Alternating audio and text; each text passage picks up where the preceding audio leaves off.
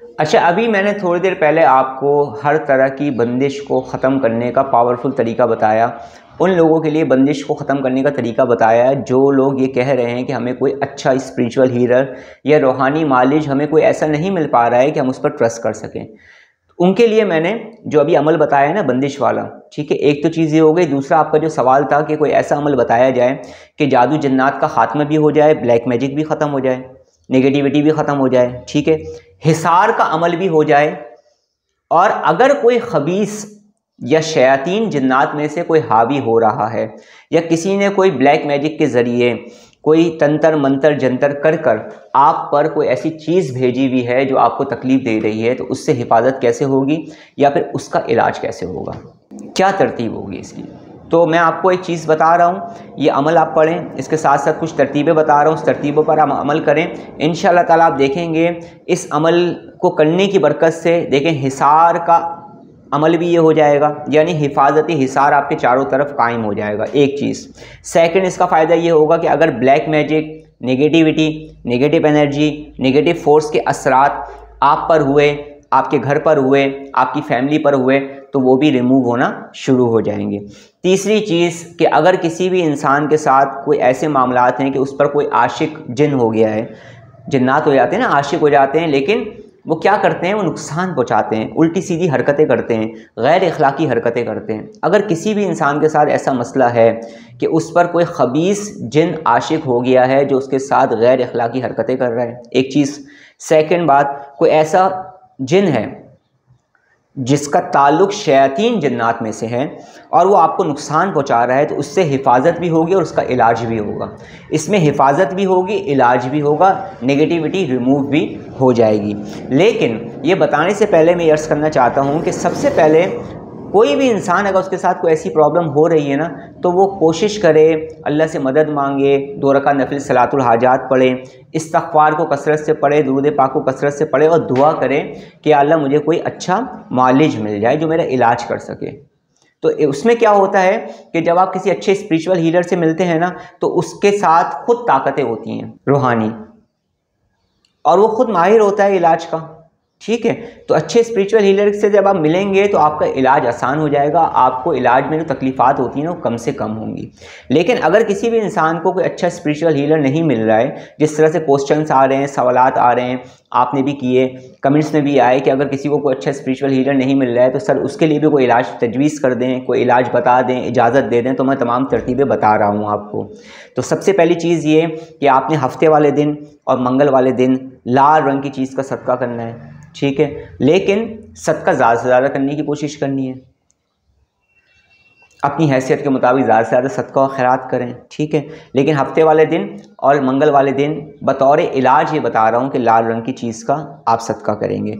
Second बात कि जितने भी लोग हैं जिनके साथ शयातीन जिन्नात के मामलात हैं, या कोई जादूगर है, या कोई ब्लैक मैजिक करने वाला है, या कोई तंत्र मंत्र जंतर करने वाला है, वो पीछे पड़ा हुआ है, बार बार वो नेगेटिविटी, नेगेटिव फोर्स भेज रहा है, वो चंद काम ज़रूर करें।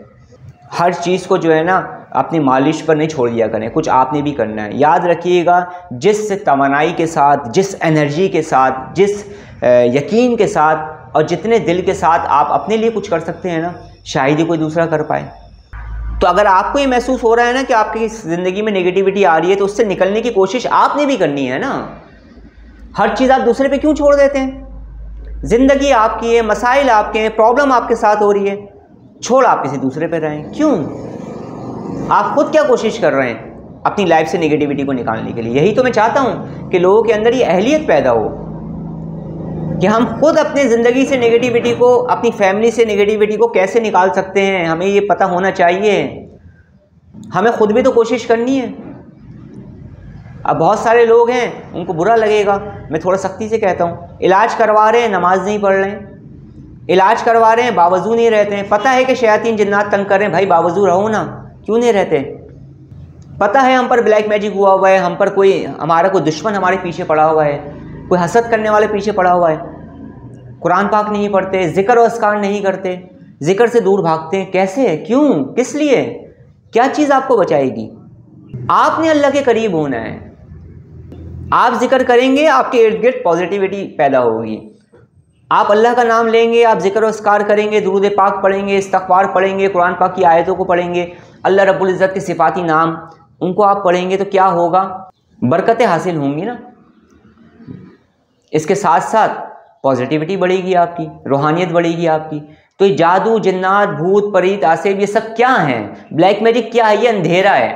जब आप अल्लाह का जिक्र करेंगे तो रोशनी पैदा होगी, अंधेरे ख़त्म होंगे। इसीलिए जो लोग भी मेरे पास आते हैं, जो लोग भी मुझसे कनेक्ट होते हैं, मैं उनको इन तमाम चीज़ों को सिखाता हूँ। मेरे जो हकीकी मानों में जो मुझसे इलाज कराने वाले लोग हैं ना, वो ये चीज़ें सीख रहे हैं। मैं उनको मेडिटेशन सिखाता हूँ, ओके, मुख्तलिफ टेक्निक्स सिखाता हूँ, मुख्तलिफ ट्रिक्स सिखाता हूँ, इसके साथ साथ मुख्तलिफ टिप्स देता हूँ नेगेटिविटी से निकलने के लिए, वो तमाम लोग जानते हैं। तो मेरा जो तरीक़ा इलाज है तरबियत का, वो थोड़ा सा मुख्तलिफ है। तो आपने सबसे पहले क्या करना है, हफ्ते और मंगल वाले दिन आपने सदका देना है। सेकंड बात, बावजू रहने की कोशिश करनी है। थर्ड, आपने खुशबुआत का ज़्यादा से ज़्यादा एहतमाम करना है। इसके अलावा जो मर्द हजरात हैं वो दिन में 1 मरतबा सूरह रहमान की तिलावत करेंगे, मगर मस्जिद में जाकर। जो तरीक़ा इलाज बता रहा हूँ ना, उसको सब तरतीब से नोट कर लें। इंशाअल्लाह ताला आप जब तरीक़ा इलाज पर अमल करेंगे, कुछ अरसे आप अमल करके देख लें, नेगेटिविटी जो आ रही है इसके गिर्द, आपके गिर्द एक हिसार कायम होना शुरू होगा और इंशाअल्लाह ताला इस तरह की प्रॉब्लम्स भी सॉल्व होंगी आपकी। मज़ीद और भी अगर कोई इस तरह की हरकत करना चाहेगा तो उसका असर नहीं हो पाएगा अल्लाह रब्बुल इज़्ज़त के हुक्म से इंशाअल्लाह ताला, और जो नेगेटिविटी होगी वो भी रिमूव हो जाएगी। एक ही अमल में सारे काम आपके हो जाएंगे इंशाअल्लाह ताला। तो मस्जिद में जाकर आपने क्या करना है, 1 मरतबा सूरह रहमान पढ़नी है। इसके अलावा बाद नमाज इशा या बाद नमाज फजर या बाद नमाज असर आप चंद चीज़ों को अपने सामने रखें। सबसे पहली चीज़ या तो बखूर हो या अगरबत्ती हो, वो आप अपने सामने रखेंगे। पानी की एक बोतल अपने सामने रखेंगे, लेकिन ये जो पानी होगा ये घर का पानी नहीं होगा आपके। यानी अगर आप अपने ऑफिस में बैठे हुए अमल पढ़ रहे हैं तो ऑफिस का पानी नहीं होगा, घर में है तो घर का पानी नहीं होगा। पानी आपने बाहर से परचेज़ करके लाना है, यानी पानी घर से बाहर का हो जिस पर आप अमल पढ़ रहे हैं। इस बात को जहन नशीन रखिएगा। पानी, तेल की बोतल और 7 अदद लीमू। क्या? 7 अदद लीमू। इन चीज़ों को अपने सामने रखें, जो अमल बता रहा हूँ वो पढ़ना शुरू करें। सबसे पहली चीज़ आपने अव्वल आखिर दुरूद पाक पढ़ना है। उसके बाद 3 मरतबा आयतल कुर्सी, 3 मरतबा सूरह फलक, 3 मरतबा सूरह नास, 3 मरतबा सूरह इखलास पढ़कर हाथों में दम करके जिस्म पर फेरें, अपना बदनी हिसार करें। उसके बाद अव्वल आखिर दुरूद पाक पढ़ेंगे। सबसे पहले आपने 40 मरतबा आपने आयतल कुर्सी पढ़नी है। क्या? 40 मरतबा आयतल कुर्सी पढ़नी है। 7 मरतबा सूरह फलक, सूरह नास पढ़नी है। उसके बाद 111 मरतबा या हफीज़ो या रकीबो, या हफीज़ो या रकीबो, ये पढ़ना है आपने। पढ़ने के बाद हाथों पर दम करके जिस्म पर फेर लें। इन तमाम अशिया पर दम कर लें।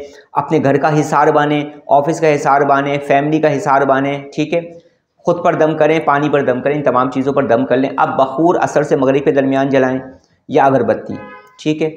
कोशिश करें कि बखूर ले लें ना, ऊद का तो ज़्यादा बेहतर रहेगा। और जो आपने लीमू भी रखे हुए हैं आपने उस पर भी दम करना है, ठीक है। 1 अदद लीमू आपने अपने सराने रात में रखकर सो जाना है। अगर मजबूरी है तो सुबह के वक्त जब आप उठें तो उस लीमू को अपने पूरे जिस्म से मल लें, उसके 2 टुकड़े कर लें। उसके बाद उस लीमू को कहीं बाहर ऐसी जगह पर डाल दें जहाँ पर कोई इंसानी पाँव ना पड़े, ठीक है। एक चीज़ तो ये हो गई। तो आपने रोज़ाना पढ़ना है और रोज़ाना लीमू पर दम करना है और उस लीमू को सराने रखकर सोना है। बहालत मजबूरी अगर आप ना सो पाएँ तो फिर ये है कि आप उसको जिस्म से मल लें और मलने के बाद उसे काट कर आप फेंक दें। और अगर रात में रखकर आप सो रहे हैं तो भी आपने ये करना है, सुबह उठना है, उस लीमू को जिस्म से मलना है, उसके 2 टुकड़े करने हैं सिर्फ, और उसको बाहर किसी भी ऐसी जगह पर डाल देना है जहाँ पर कोई इंसानी पाँव ना पड़े। ये 7 दिन तक ये अमल मुसलसल आपका चलता रहेगा। लीमू आप काटते रहेंगे, बखूर आप जलाते रहेंगे, पानी आप पीते रहेंगे, तेल आप अपने सर में हस्बे ज़रूरत लगाते रहेंगे। इस अमल को 7 दिन तक लगातार करेंगे। 7 दिन बाद सिर्फ 40 मरतबा रोज़ाना आयतल कुर्सी पढ़ी जाएगी, मज़ीद 21 डेज़ तक। पढ़ने के बाद आयतल कुर्सी से ही अपना हिसार करें और आयतल कुर्सी ही पढ़कर दम करें। बखूर पर दम होता रहेगा, पानी पर दम होता रहेगा। इसके अलावा सिर्फ लीमू आपके माइनस हो जाएंगे। बस इस अमल को आप करते रहें। 40 डेज़ के अंदर 21 डेज़ के अंदर खुद आपके सामने सूरत हाल सामने आ जाएगी। हर चीज़ बेहतरी की तरफ जाने लगेगी, नेगेटिविटी ख़त्म होना शुरू हो जाएगी। लेकिन उसके साथ साथ नमाज़ों की पाबंदी, कुरान पाक की तिलावत, बावजू रहें। समझ रहे हैं, जो शख्स बावजू रहता है ये चीज़ें उस पर असरअंदाज नहीं हो पाती। मैंने पहले भी कई दफ़ा बयान किया है। कई जिन्नात से मेरी मुलाकात हुई है, शयातीन जिन्नात से। तो जब मैंने उनसे पूछा कि मुश्किल कहाँ पेश आती है, तो ये बोलते हैं जो इंसान बावजू रहता है ना, उस पर हम असर कायम करने में हमें बड़ी जद्दोजहद करनी पड़ती है, बड़ी मुशक्क़त करनी पड़ती है। समझ रहे हैं मेरी बात को? तो ये चंद चीज़ें आप करें, बहुत मुख्तसर सा मैंने अमल बताया है, तो आप इसे करें और इंशाअल्लाह ताला हर तरह की नेगेटिविटी आपकी रिमूव भी होगी, हिसार भी हो जाएगा, हिफाजत भी हो जाएगी, इलाज भी हो जाएगा।